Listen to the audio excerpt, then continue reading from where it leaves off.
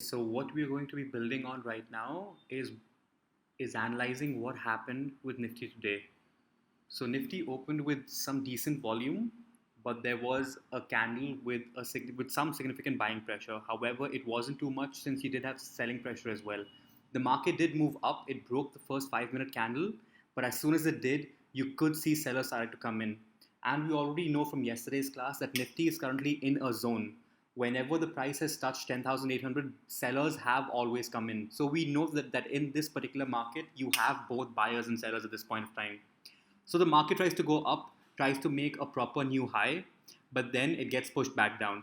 Now it fails to break through because again, our one important zone is if Nifty breaks the opening 5 minute candle, then we can make some assumptions about the market. However, that didn't happen. So this is still a higher low. The market couldn't break the previous low. So we have a higher high and we have a higher low. So that's an uptrend. However, the uptrend till now it isn't really very strong. The market started off from 10,835, reached up to around 10,861, but then it fell back down to almost the same price. Then we again see a bit of a range being formed. There is still confusion here because you have buying and selling pressure both. The market then moves up. Market moves up, and then all of a sudden you see a doji. You see significant selling pressure coming in at a point where we were already expecting sellers. Do note from yesterday's video, we know that whenever the market crosses 10,800, we know that we have sellers present who want to sell at this point of time, and that's exactly what happens. Selling happens, and this is significant.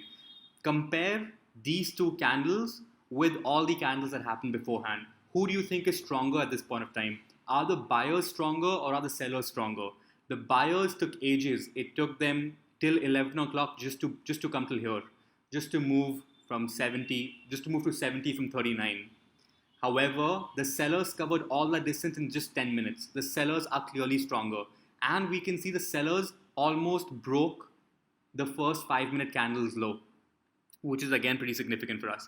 Then we see that the market is consolidating. It forms a bit of a range around here, and then it just continues on its downwards journey. Once we see this candle being formed, now we know the gap is probably going to be completely filled. Remember, we mentioned gaps yesterday in the webinar as well. So the market moves sideways. You see some retracements, but even in these retracements, notice how the highs are all lower. This is the last high. The next high the market makes is lower than this. The next high couldn't even reach here, right? So the next high is somewhere around 10,829, whereas our previous high was around 10,836. So the buyers, they couldn't even reach the previous level. This is good news for sellers. So this tells us once it fails to make this high and you see a couple of red candles come in, or even the first red candle, depending on how aggressive you are, you can execute sell positions. You should be bearish right from this moment itself. Once you saw that the up move wasn't really strong, you could have entered a short position right here. So somewhere around this point of time, you could have entered a short position. So yes, there are buyers, but you know at 10,800, sellers should come in because all throughout, including last week, we noticed that they came in. And even yesterday, I mentioned that to break significant levels, you need a lot of strength.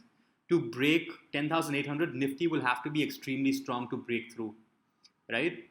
So then we have the downtrend which continues. It tries to make another high here, nothing happens, it falls down again. We are making lower lows all throughout. It tries to make a high again. This high is not comparable to our previous highs. So we are still in a downtrend. The market keeps on falling.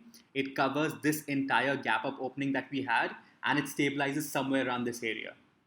It stabilized somewhere around this area, and then we start to see some buying come in. Now, what I want to focus on is the health and momentum of a trend. Over here, look at the time it took for the market to move 30, 40 points. Over here, see how strong the sellers are.